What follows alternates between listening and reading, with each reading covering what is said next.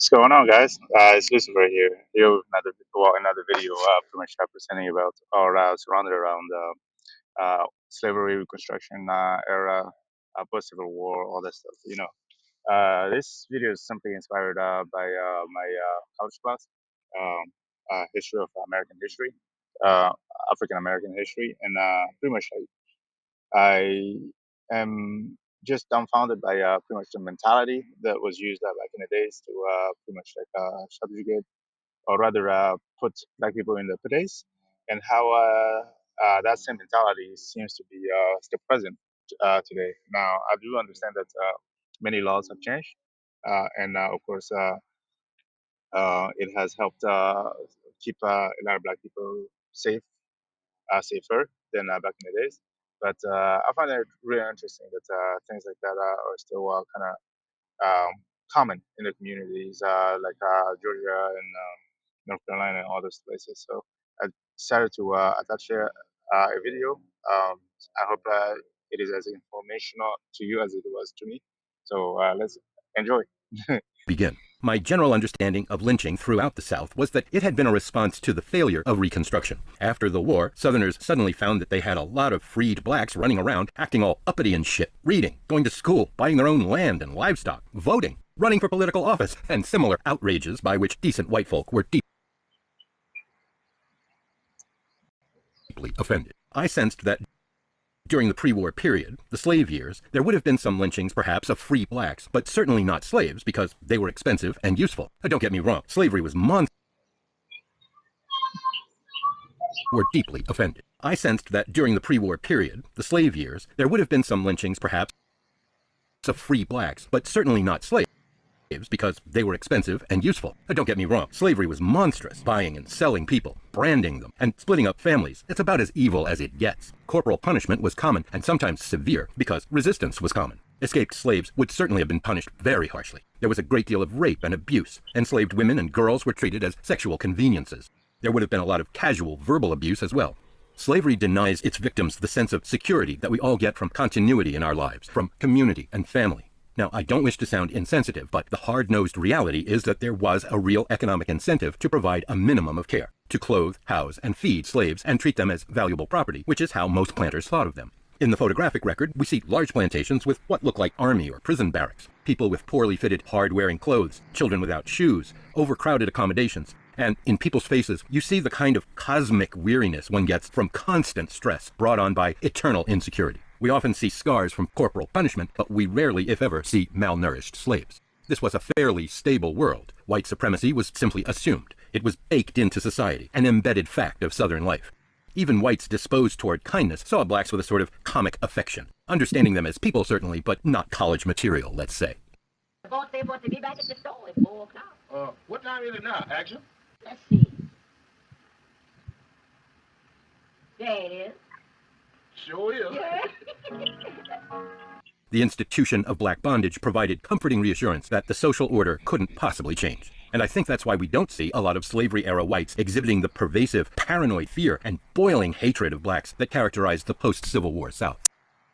If slavery implied order and continuity, emancipated blacks, in contrast, implied chaos. They were seen, by the very fact of their newfound freedom, as a challenge to white supremacy and therefore a threat to Southern society. Reconstruction is when we see draconian measures like the Black Codes, convict leasing, sharecropping, poll taxes and literacy tests, and Jim Crow regulations emerging as manifestations of white America's paralyzing panic at the thought of working-class and middle-class blacks competing successfully with whites.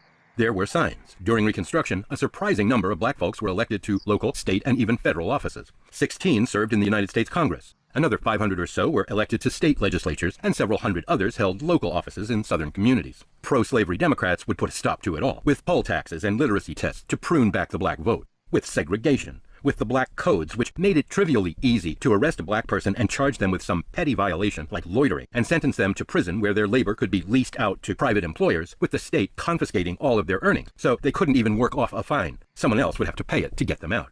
Remember, the 13th Amendment forbids involuntary servitude except as punishment for a crime. Ever wonder why that exception appears? Well, now you know. It's the same reason why the Social Security Act and National Labor Relations Act, both of 1935, excluded agricultural and domestic workers, most of whom were black, but I digress. Finally, Jim Crow laws ensured that freed blacks could be relegated to inferior legal and social status with inferior prospects at every step from the cradle to the grave. Separate but equal was a bald-faced lie. Reconstruction and its aftermath. This is the period when I would expect to see lynchings get out of control, as Southern whites panicked and sought every conceivable weapon and trick to maintain their social, political, and economic advantages. So what is lynching? Here's what I think. It always starts with an accusation that some law or community standard has been violated. The act of lynching itself, I would define that as public, extrajudicial capital punishment. And it has two objectives. The first is to assert white supremacy, quite simply by exercising it, and the second is to terrorize the black population as a means of social control. Lynching is the exercise and also the enforcement of white supremacy through an extravagantly violent and terrifying spectacle. I'd go so far as to suggest that part of its purpose was to terrorize whites as well. These white mobs would have included spectators, cheerleaders, and a core of actual hands-on murderers or butchers. All of them would have felt the momentum of the mob and thought to themselves how easily they could be swept up if the mob should turn against them. I think lynching was partly a message to nonconformist whites, warning them that so-called race traitors would be dealt with just as brutally as any black man. I don't believe that this level of paranoid hatred was common. It is very interesting how Common during it the is slave years. mentioned that My hypothesis is that the 70-year period from Reconstruction's failure,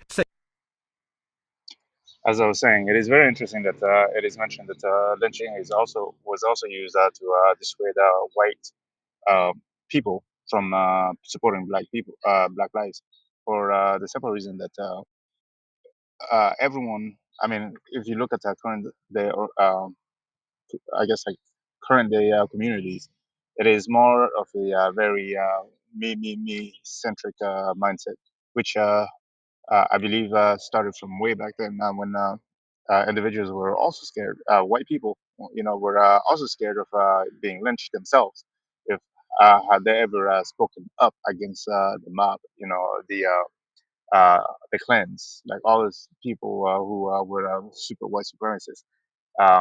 You can see that pretty much that mindset was not just an effect, something that just affected them back then. It's now still affecting them today, where like individuals, or rather areas, metropolitans and all those bustling areas where like there's a bunch of white, black, Asians, um, Arabs, and all those individuals grouped up, clustered in those environments. And yet, whenever something racial happens towards, like, for instance, like a black individual, all of these different ethnicities, minority groups, all of them are quiet. You see, simply because of the fact that they're simply happy or glad enough that it isn't happening to their group.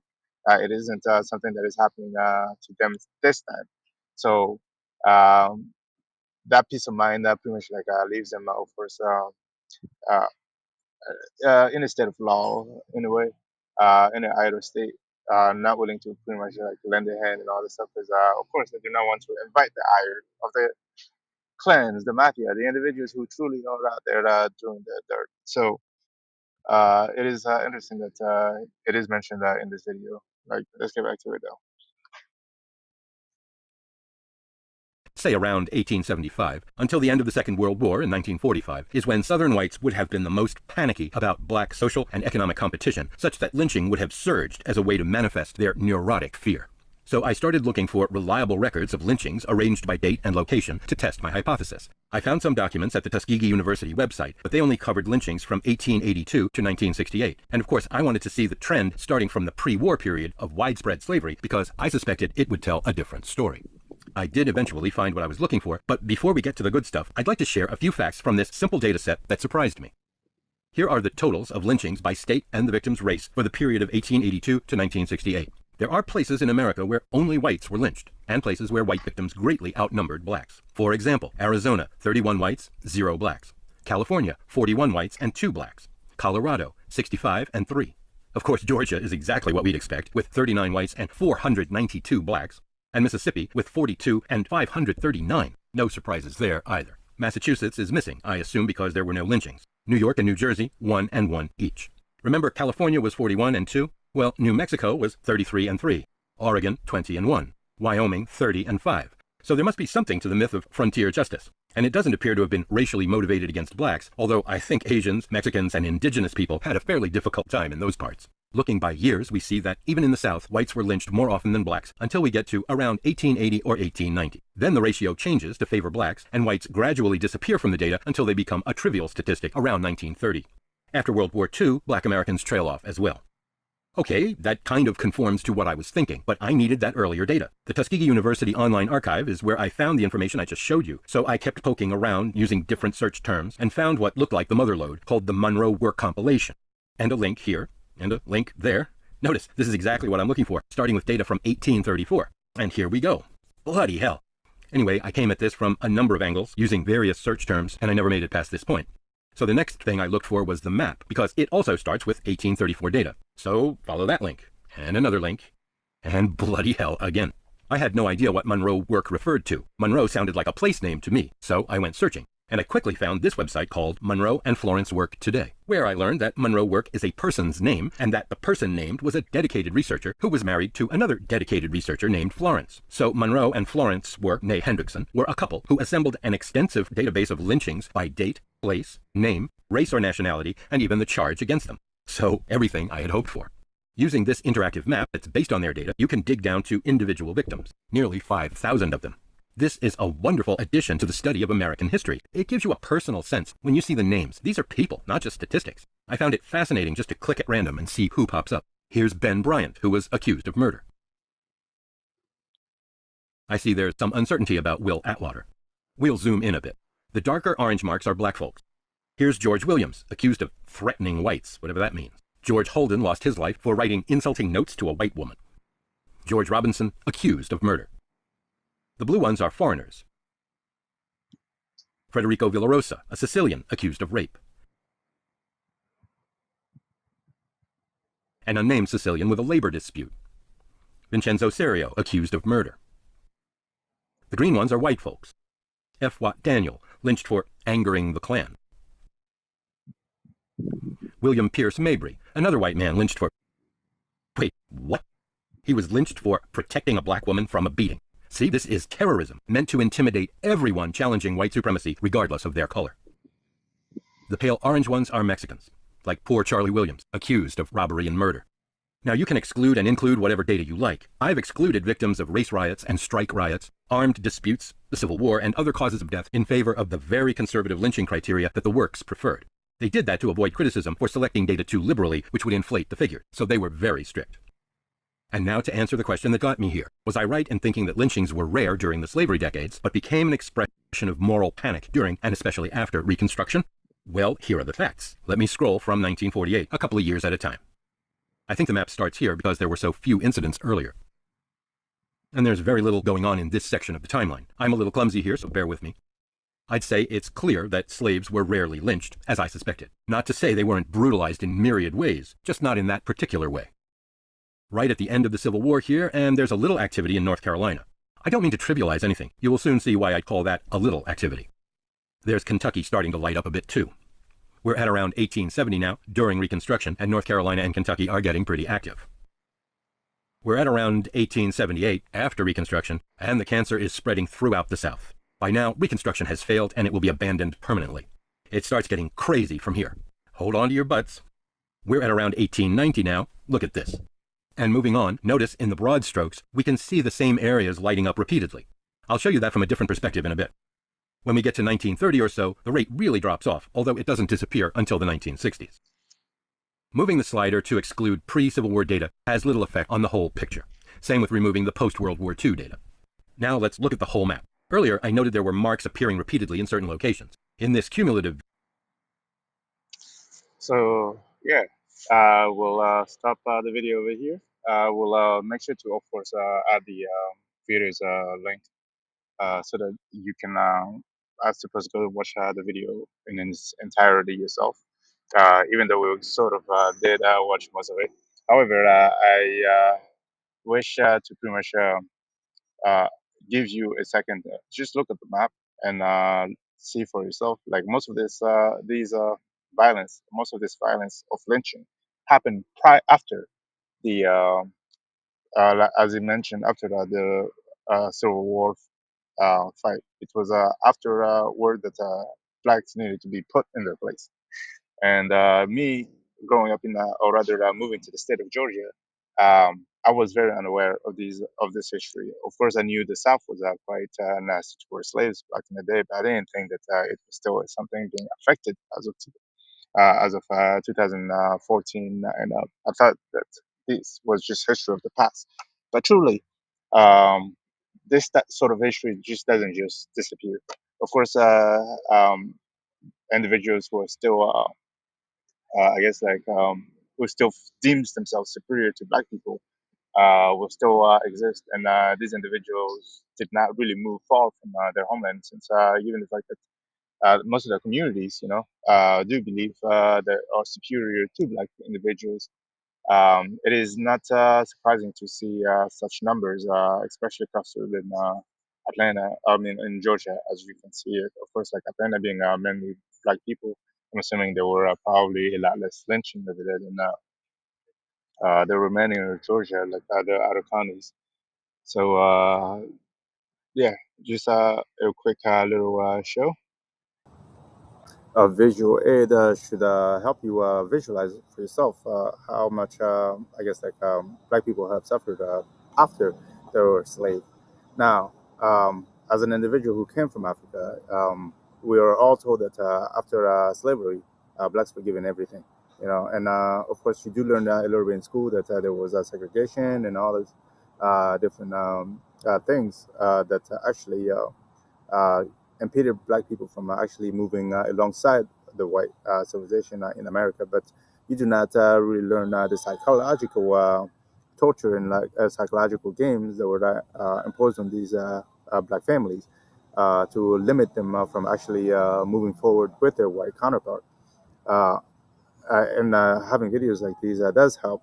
It really truly helps conceptualize exactly how much suffering and how much fighting these individuals have had to do, or rather partake, in order to eventually get to the point where they are at today. And I mean, it is really commendable that having not just the white, I mean, not just the black people, but white people were still able to march alongside white black people, knowing that they risk the chance of lynching by a bunch of vile white people.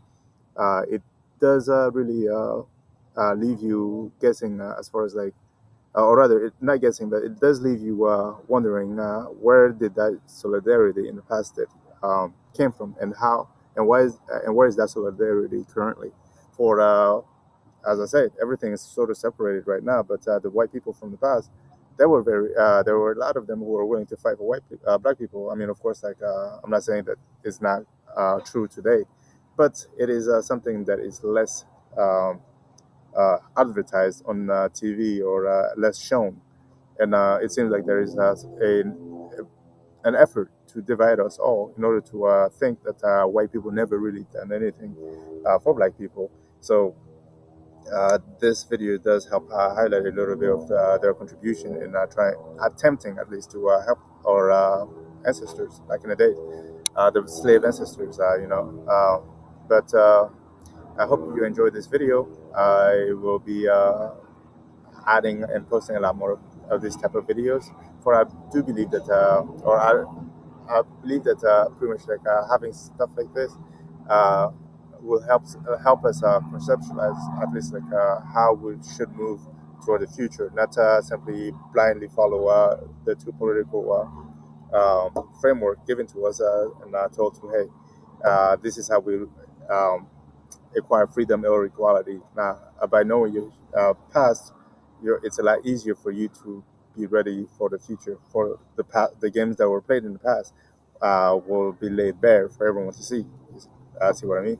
And it will be a lot harder for individuals to, or rather, the white supremacists, to be able to use uh, the previous games that they used on us in the current day.